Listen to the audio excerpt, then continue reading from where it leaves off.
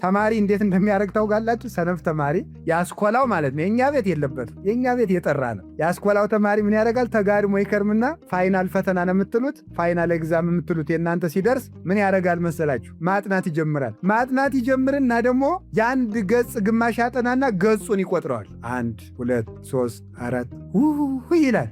ከሚቆጥር እኮ 2 ቢያጠና ይሻል ነበር አይደለም? ይኸውላችሁ የሚያጠናበትን ጊዜ ገጽ በመቁጠር ያባክነዋል ማለት ነው። ይሄ ነው ሞኝነት ማለት ነው።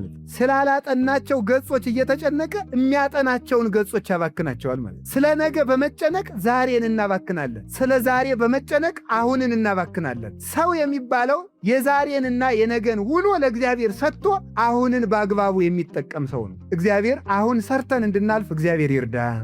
ስለዚህ ስትጨነቁ ሐሳባችሁ ይበተናል። ግን ቢበተንም ጸሎታችሁን ግድ የላችሁም፣ አታቋርጡ። ሌላው ደግሞ ሰይጣን ምን ይላል? አንተ ኃጢአተኛ ነህና እግዚአብሔር አይሰማህም ሊላችሁ ይችላል። ኃጢአተኛ ስለሆንክ እግዚአብሔር አይሰማህም፣ ግን ይሰማል። ያን ጥያቄ ልጠይቃችሁ። እናት ሕፃን ልጇ ጭቃ ሲያቦካ በጣም ፊት ታቅፋው የምትኖረው ልጅ መዳህ እምቢ ብሎት ብዙ ጊዜ ቢቆይ ለመዳህ በቅቶ ጭቃ አብክቶ ቢመጣ ምን ታደርገዋለች? ወይም ስኳር ቢደፋ ለዚህ በቃልኝ እሳይ ልጅ ብላ ትሰማዋለች። ችግር እኮ ነው የፈጠረው ልጁ አይደለም? ዕቃ ደፍቷል፣ ግን ለመድፋትም መብቃት ብላ ትስመዋለች። ከዚያ ኋላ አይምሮ ካወቀ በኋላ ሲያጠፋ ነው የሚገረፈው። እስከዚያ ድረስ ግን ጭቃ ተቀብቶ ቢመጣ ጎሽ ጎሽ ጎሽ ተብሎ ይታጠባል ማለት። እኛ ምንም አይነት ኃጢአት ይዘን መተን ብንጸልይ እግዚአብሔር ቸር ነው፣ ደስ ይለዋል። ነገ ከዚያ እናቲቱ እንዲያምትለው እንደምታጥበው ስለምታውቅ ነው። እግዚአብሔር እንደሚያነጻን ያውቃል።